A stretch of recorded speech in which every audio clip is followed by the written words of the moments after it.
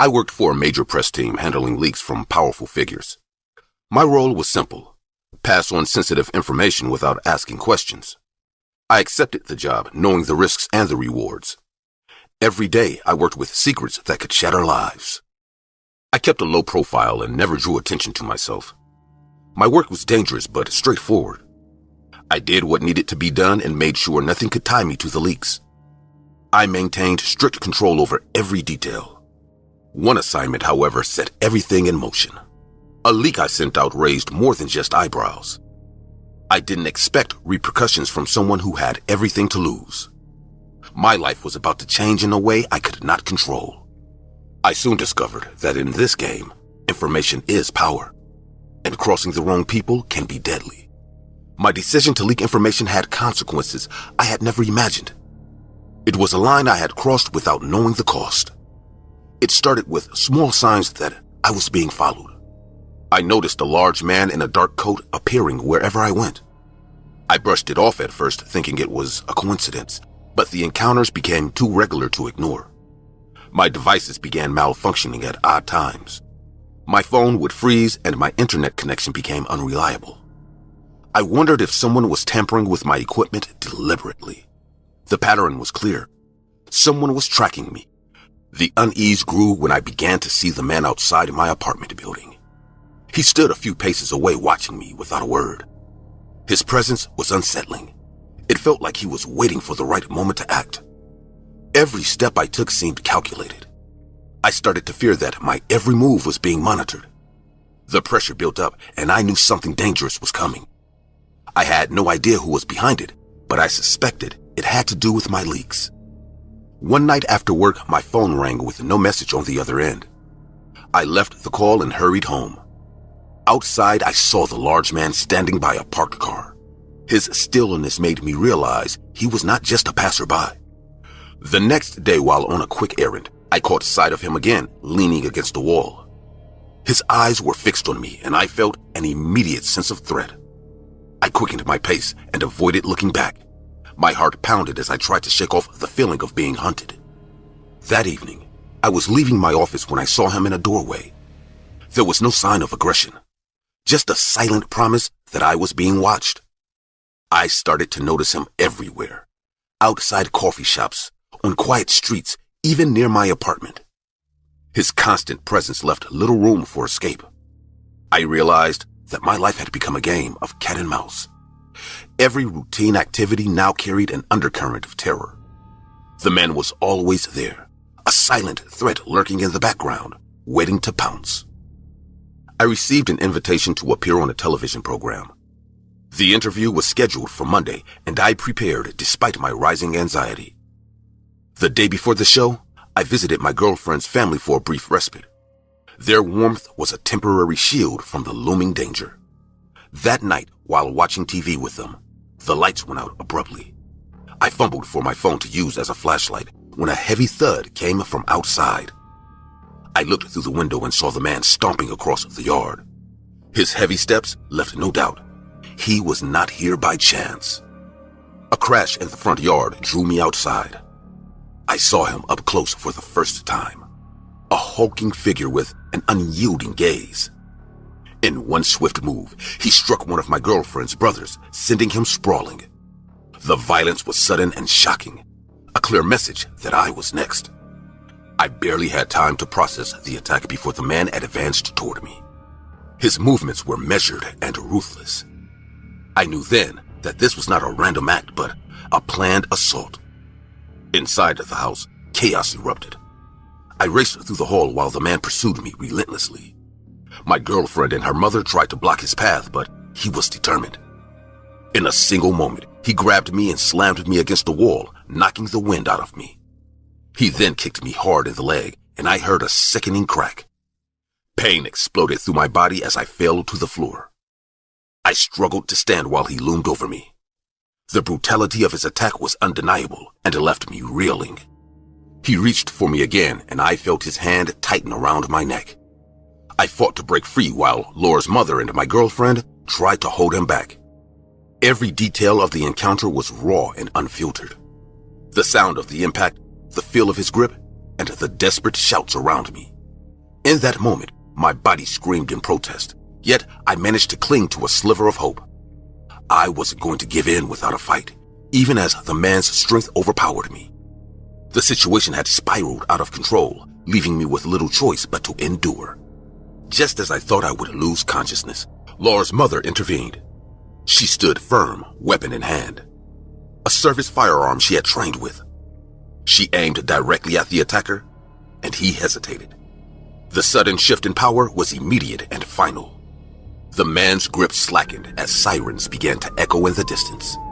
Within minutes, officers arrived and restrained him. He put up no fight as they cuffed him and took him away.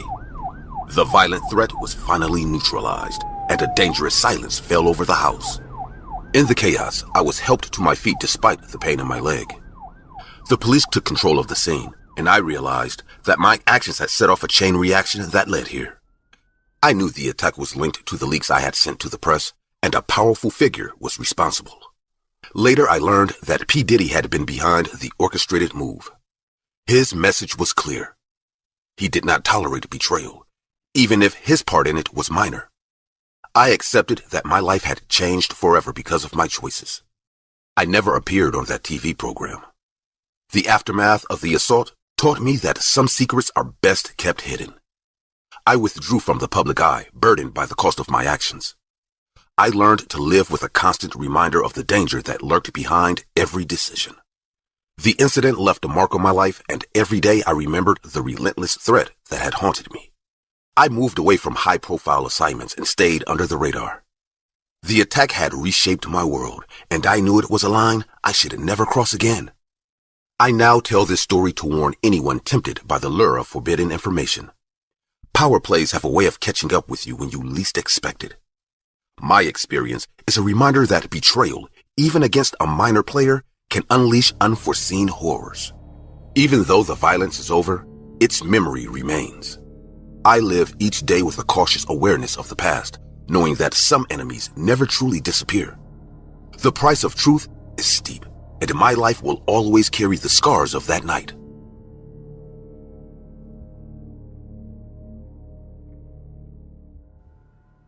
I work as a janitor at a high-end hotel. My job was to clean rooms and keep everything in order. I followed a strict routine and never expected that one night everything would change. I had been doing my work for years without any sign of trouble.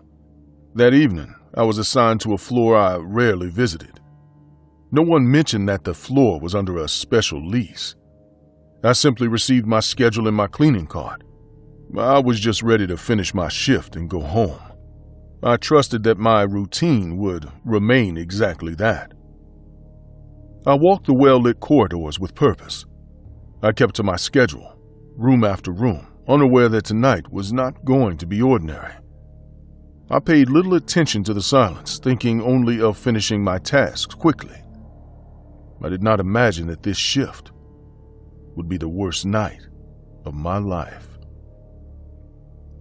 I arrived at room 510, a large suite that should have been empty. The door stood slightly open, and I assumed it was a mistake. I pushed the door open and stepped inside, not knowing what awaited me there. I began my work, unaware that I had crossed into a place that I was not meant to be. Inside room 510, I found a group of people in identical robes. They had arranged themselves in a circle in the middle of the room. I saw no guest belongings or signs of a normal hotel occupancy. It was clear this room was not being used for a standard stay. I looked around for any explanation, a misplaced bag, a service note, whatever, but I found nothing. The room was decorated luxuriously, yet its setup was deliberate and unsettling. I realized that I was in a place I was not meant to be, but I didn't have time to analyze the situation. My first instinct was to leave, quietly. I turned to leave the room, planning to report what I saw later. Before I could step out, one of the robed figures advanced. His movement was sharp and forceful, showing that I was not welcome. I tried to back away, but I was already surrounded. They closed in quickly. I was grabbed from behind and forced toward the center of the room. I didn't have time to shout or plead. I understood immediately that I had intruded on something dangerous and that there would be no simple way out. They grabbed me hard the moment I tried to escape. A rough hand clamped on my shoulder while another pinned my leg to the floor. I was thrown down into the hard surface with no warning. I struggled immediately, but they had me firmly in place. The group began marking my arms and face with crude, deliberate strokes. They drew symbols on my skin with a steady, cold precision. I felt every mark cut into me as I thrashed to free myself. Their actions were methodical and showed no sign of hesitation. I kicked and writhed, trying to break their grip. My efforts only resulted in the men tightening their hold. I didn't hear any words as they worked. Only the sound of my own labored breathing and the noise of my struggles filled the room. I was treated like an object in their plan. I understood immediately that I was being prepared for a sacrifice. There was no time to think about why they had chosen me. I had to fight to escape, even though every moment on the floor brought me closer to an unknown fate. The situation was simple and brutal. I managed to break free from one of the grips in a sudden burst of strength. I kicked one of the men hard and scrambled away from the center of the circle.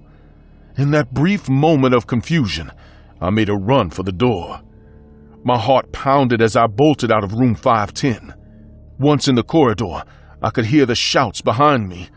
I ran without stopping, knowing that every second counted.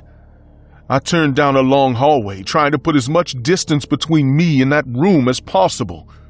The sound of heavy footsteps followed me relentlessly. I reached the staircase and sprinted upward, desperate to lose my pursuers. Every step was a struggle, but I didn't stop. I focused only on escape and not on the pain of each bruise. My only thought was to get out of that hotel alive. I heard a commanding voice ordering my capture, a voice I recognized all too well. It was P. Diddy. His voice cut through the noise as he commanded his followers to catch me at all costs. I did not dare look back, only pushing forward with every ounce of strength that I had in me. I ran through the corridors as I heard P. Diddy's orders echoing behind me. My footsteps pounded on the hard floor while the shouts of his robed followers grew louder.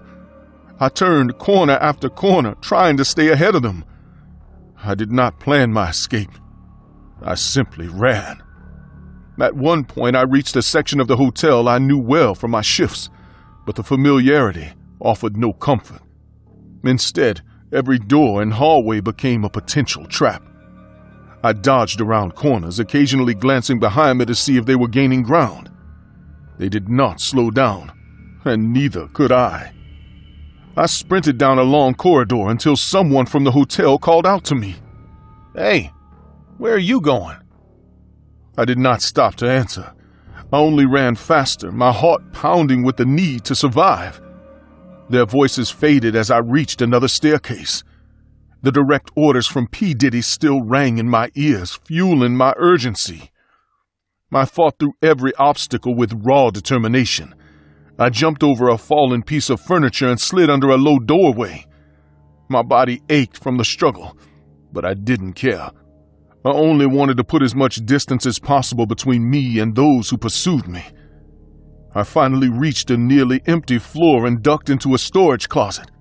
I slammed the door behind me and held my breath, listening for any sign that my pursuers had caught up. The silence in the small room was not safe, but it gave me a moment to catch my breath and plan my next move. After several long hours, I carefully opened the door to check the corridor. It was empty, and I took the chance to slip away quietly. I moved slowly toward the stairwell, checking every shadow for movement. I had to assume that any noise could bring the danger back. I eventually found an exit and left the hotel building. My body was bruised and exhausted, but I had made it out. I took a taxi to a nearby police station to report what had happened. I explained everything clearly. The cult meeting in room 510, the brutal marking, the chase, and P. Diddy's direct orders. I contacted the hotel management to tell them of the events. They listened, but their faces were blank and unhelpful. I realized then that I could no longer trust anyone from that place. I left that hotel and vowed never to return. The next morning, I was urged to return to the hotel to give a full statement to the police. I walked toward the designated interview room, determined to set the record straight. I had documented every detail in my mind and on paper. I was ready to face the consequences of that night. Before I could enter the room, a co-worker intercepted me near the reception desk. "This is a trap. If you go in there, you won't come out alive." I paused, confused by his words. This was a friend, and he and I had known each other from long ago. At that moment, I turned around and walked out of the hotel. The manager saw me and asked me from afar, "Hey, where are you going? Come back. The police are waiting for you." I did not stop. I turned and ran out of that hotel immediately. I left without looking back, determined to keep away from that place.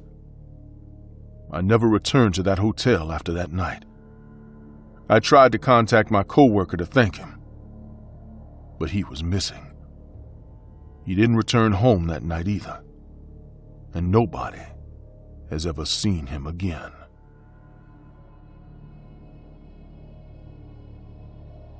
I'm Richard, a down-and-out music producer who did everything I could for my family. I worked in cramped studios, hustled at small gigs, and rarely saw the reward for my efforts. My life was simple, no frills, just hard work and a stubborn hope that things could change. Every day was a fight against the odds. My son, Jake, was my only bright spot. He was a good kid with a knack for music and a big dream of making it in the industry. I put every spare cent and ounce of energy into his talent, believing he would someday rise above our struggles. Our home studio was our entire world, and every beat he made felt like progress. We never had fancy nights or grand celebrations, just long hours and a lot of sweat. The music we made was raw, unpolished, and real. There was no room for pretension, just a need to survive and to make our mark. I kept my hope practical and my actions even more so. Everything was straightforward until one message changed our routine. It was a message that promised a shot at something big, something I'd only ever dreamed of for Jake. Jake got a text one day saying that a friend had sent one of his tracks to someone close to P. Diddy. The idea that the hip-hop mogul might take notice was electric. We met the guy in a quick business-like meeting. P. Diddy agreed to sign on as Jake's new producer. It felt like our hard work had finally been validated. I stepped aside, thinking that with a big name behind him, Jake would finally get the attention he deserved. The deal was straightforward. P. Diddy would handle everything from here. At first, it was all excitement and the promise of a new start. Success was on the horizon. Or so it seemed. After that meeting, though, things began to shift. Jake started spending more time away from home. He was always with men in expensive cars or in high-end studios, his schedule filled with meetings and recording sessions. I assumed it was just the nature of the business, but there was something in his eyes that made me uneasy. I noticed small changes, a cold look when he returned and moments when he would stare blankly at kitchen knives. There was no explanation, no outburst, just a disturbing detachment. I was a father watching his son slip away, and I couldn't shake the feeling that this wasn't just stress from success. Jake's behavior grew stranger with each passing day. He became distant, his warm smile replaced by a hard, unresponsive stare. I caught him in the kitchen one afternoon, standing silently in front of our set of knives as if he was studying them.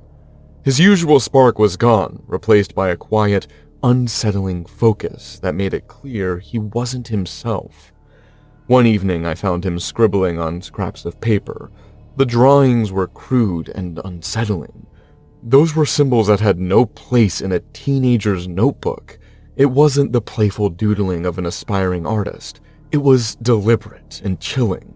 I confronted him, but he only shrugged it off with a cold nod and went back to work. I tried to track his routines, noting every odd behavior and unexplained disappearance. Every time he returned, the change in him was more pronounced. The kid I had nurtured was being replaced by someone I barely recognized.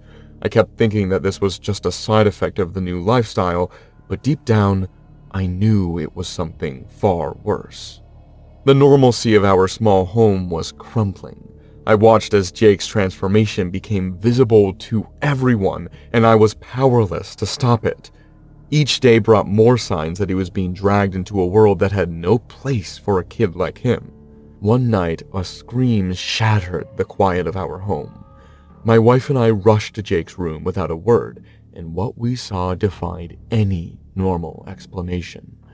The walls were crudely marked with satanic symbols, and in the middle of the room, Jake hovered over his younger brother, Luke, who was tied to a chair inside a hastily drawn circle. Jake held a knife with a steady grip. Luke sat there, eyes wide with terror, barely able to breathe. My wife lunged in and grabbed Jake's legs, trying to stop him from moving any further, but he jerked away like a man in a trance, and the knife clattered to the floor with a harsh clang that filled the room. There was no time for subtlety. I rushed forward, determined to stop whatever was happening. The entire scene was raw, aggressive, and impossible to ignore. Every second counted as we scrambled to protect Luke from the unfolding madness. The energy in that room was intense and aggressive. There was no room for hesitation. I grabbed Jake's arm, trying to pull him away, but he fought back with a strength that wasn't his own. That night, our home was transformed from a place of hope into a battleground of raw, unfiltered terror. After that night, everything fell apart. Jake became a ghost in our home, moving with a cold precision that left no trace of the caring son we once knew. He was constantly out, tied up in secret meetings and shadowy deals.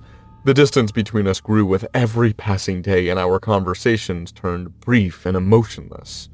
I started following him when I could, trying to catch a glimpse of what he was involved in. One evening I saw him meeting with a group of sharply dressed men near an abandoned warehouse. Their talk was a mix of music business and something else. Something dark and inexplicable that sent chills down my spine. I listened from the shadows, every word confirming that my son was lost to a dangerous world. The final blow came on a deserted street under a flickering light. I ran into him unexpectedly. He stopped and glared at me with eyes that were hard and unyielding. Without any warning, he charged with a knife. I managed to twist his wrist and knock the weapon aside, but it was clear this was no random act. It was a calculated, violent outburst. That moment sealed it. The Jake I knew was gone. In his place was someone controlled by forces that didn't belong in our world. The confrontation was quick and brutal, leaving me with a painful, clear truth that nothing would be the same again. The next day, Jake was nowhere to be found. Calls to his contacts and even P. Diddy's team went unanswered. My wife and I were left with an empty house and a sinking feeling that we had lost him for good. I followed a trail of hints until I reached a dark alley behind an old building. There, on the cold pavement, lay Jake battered and bleeding. His clothes were torn and he looked like he had been through a relentless assault. I knelt beside him, a mix of anger and desperate concern flooding my senses. There was no time for a detailed explanation, just a need to get him help. Before paramedics could take him away, a cold, mocking laugh echoed in the narrow space. It was a sound that left no doubt. Someone had orchestrated all of this. The person behind Jake's change was still out there, pulling strings and leaving our family to pay the price. I held on to him as the paramedics loaded him into an ambulance. The brutal reality was clear. Our lives had been shattered, and no amount of words could undo the horror that had taken hold of my son. Jake ended up in a mental institution, and our home became a stark reminder of the chaos that took over our lives. There was nothing left to say or explain, only the hard truth of what had happened and a few raw images that played out like a violent scene. The music world moved on, ignoring the trail of destruction behind its powerful figures. No one wanted to talk about that night when ambition and dark influences converged into a brutal act. The incident was swept under the rug, leaving behind a broken family and a father with nothing but regret.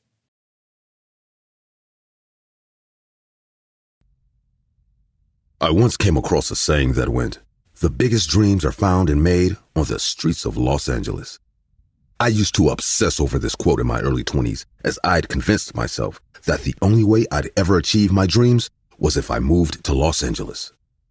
My obsession with the city of dreams continued to grow over time, and it wasn't long before I eventually caved and moved there to chase my big dreams. Everything was fine at first, but unfortunately, I soon realized how wrong I was, as the only thing I found in LA were horrific nightmares. The tragic tale you're about to hear will explain why. I moved to the city of Los Angeles when I was 23 years old. I can still remember every single detail of that day, as I thought moving there would be the start of a beautiful time in my life. I lived with my childhood friend, a girl named Vicki, and we would always stay up all night talking about our dreams and the things we wanted to accomplish in the city. Vicki was a proper LA girl, as she moved there when she was 9 after her father had gotten a job opportunity in the city. Our mothers were best friends, and we pretty much grew up together as we'd known each other since we were 2. We'd managed to keep in contact over the years, even after she moved, and I remember how ecstatic Vicki was when I told her that I was planning on moving to LA. My first few months in LA went pretty well, as Vicki really helped me to quickly settle in, having lived there for most of her life. I really don't know how I would have survived without her, as she'd integrated me into her friend group and even showed me all the best places to eat and shop.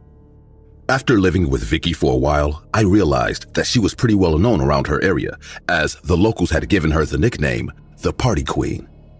She'd told me that she'd gotten this nickname because she always managed to get invites to the best parties in LA. Her nickname didn't come as a surprise to me, as Vicki loved to party and live her life to the fullest ever since we were little. She also used these parties as a tool to grow her social connections, as Vicki wanted to be an actress when she finished school, and she knew the people she met and the connections she made during these parties could help her achieve her dream of acting. Vicki often took me along whenever she needed a +1 to the parties she'd gotten invited to. I experienced some of the best moments of my life at the LA parties that I attended with Vicki, as we'd always had a great time together. However, while I didn't know it at the time, the parties that I loved going to would eventually lead me to a horrific experience that would scar me for life, and it all began when Vicki managed to get invited to one of the most exclusive parties in Hollywood.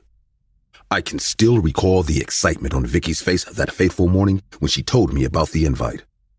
She said she'd moved heaven and earth to get us into the best and most exclusive party of the year. I asked who was hosting the party, and Vicki looked at me with a wide grin on her face as she said the name, Mr. Combs. I was speechless at first, as I couldn't believe the words that had just come out of her mouth. The reputation of these infamous parties hosted by Mr. Sean Combs, who's popularly known as Puff Daddy, preceded them, as everyone knew they were some of the wildest parties ever thrown in LA and across the United States. I didn't know how she got an invite, as it was nearly impossible to get one, but Vicki said it was a friend of a friend who worked for him that managed to get her in. After the excitement of being invited had simmered down, we spent the whole day getting ready for the party that night.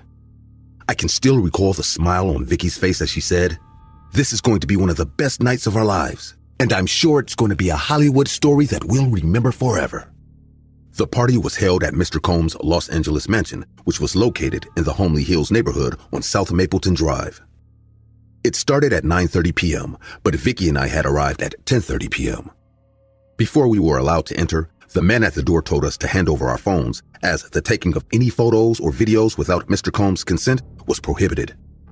I didn't see anything wrong with this, as I assumed it was due to the alarming amount of high-profile guests and A-list celebrities that were attending. After we'd given them our phones, we were then given a piece of paper to sign. I didn't know what it was at first, but I soon realized that it was a non-disclosure agreement. Vicki quickly signed hers and asked me to sign mine so we could get inside, but I was a bit hesitant. There were certain details of the NDA that I found strange. particularly the one that said the NDA was in effect for the entire life of the signee plus 20 years after their death. I wondered what could be going on behind those doors that we couldn't talk about for the rest of our lives.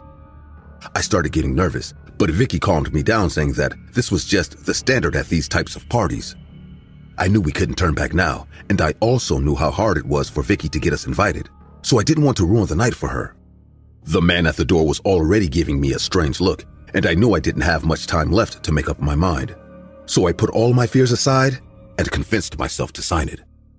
Once we signed, we were quickly ushered into the lavish mansion. It all felt surreal, and I couldn't believe I'd made it to a Diddy party after just a few months of living in LA. Only a few minutes had passed before I finally saw Mr. Combs. He walked up to us, and after we exchanged pleasantries, he told us that we weren't meant to be partying with anyone else in the main room, as we were special guests and we were supposed to be in the VIP room. I was confused as I wondered what he meant by special guests.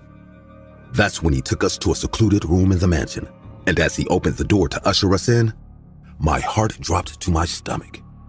The room we were told to enter was some sort of BDSM-themed sex dungeon.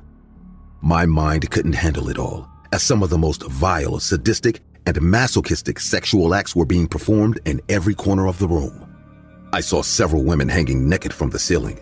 Some of them had needles sticking out of their bodies, while others were bleeding while participating in sexual acts. I'd heard about hematoglypnia, or blood play, which is a fetish where people are sexually aroused by blood, but I'd never seen it carried out before, and it horrified me.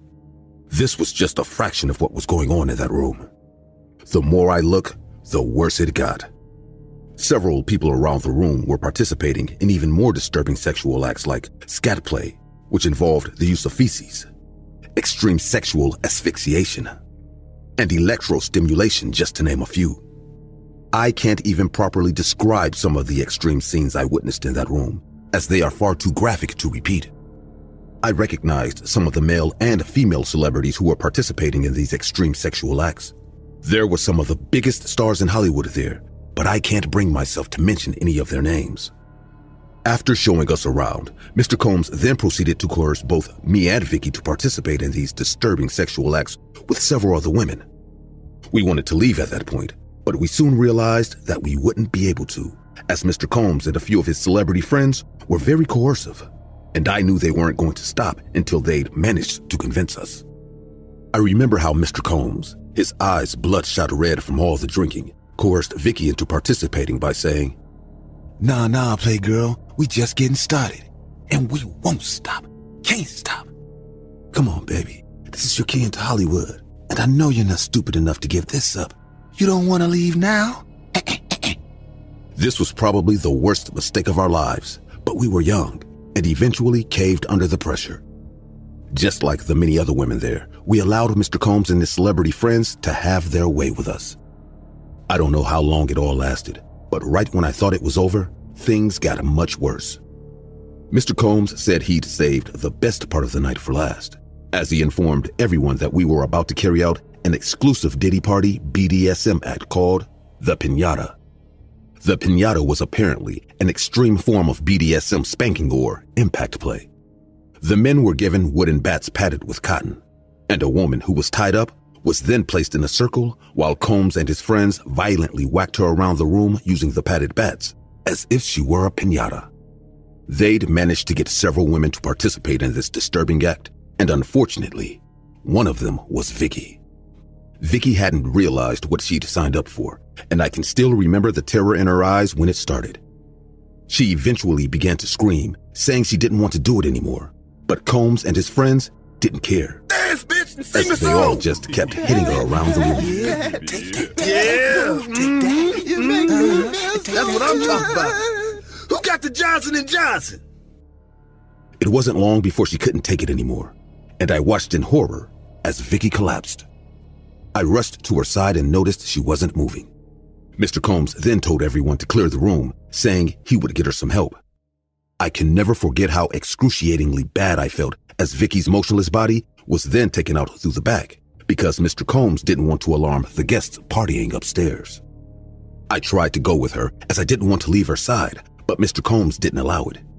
He told me he would handle it personally and assured me that Vicki would reach out to me the next day when she was feeling better. But unfortunately, that was the last time I ever saw Vicki alive. When I didn't hear from Vicki the next day, I endlessly tried reaching out to Mr. Combs to find out what happened to my friend, but he never gave me a straightforward answer. Not long after, Vicki's family started calling and asking about her whereabouts.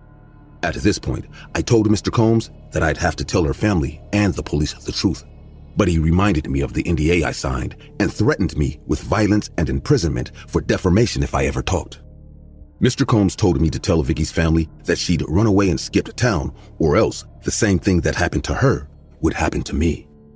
Lying to Vicki's family was the worst thing I'd ever done in my life, but I was completely terrified and knew I had no choice. Vicki's family eventually reported her as a missing person when they never heard back from her, but despite several efforts from the authorities, the police were never able to find her. The story you just heard was anonymously shared by a woman using the alias Catherine.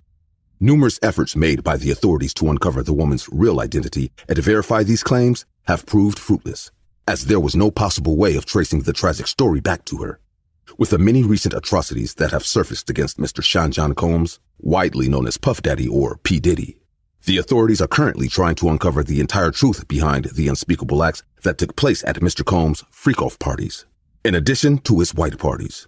Investigators believe they have only just scratched the surface of the horrors Mr. Combs committed at these events, and they hope to bring justice to all affected parties at the end of the investigation.